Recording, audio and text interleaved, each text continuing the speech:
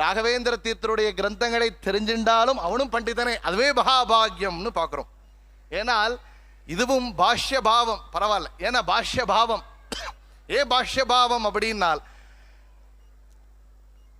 அப்பனாச்சாரியார் தன்னுடைய மங்களாஷ்டகத்தில் சொல்றார், வேதவ்யாச முனீஷ மத்வய திராட் டீகாரிய வாக்கியாமிருதம் ஞாத்வா அத்வைதமதம் ஹலாஹலசமம் த்யக்த்வா சமாக்யாப்தயே.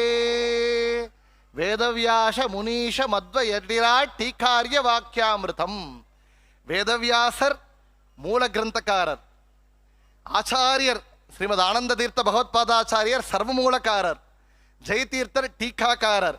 அந்த வேதவியாசரும் ஆச்சாரியரும் டீகாச்சாரியரும் என்ன சொல்லியிருக்காளோ அவங்களுடைய மனசை அறிந்து அவர்களுக்கு சம்மதமான பாஷ்ய பாவத்தை கொடுத்தவர் ராகவேந்திர.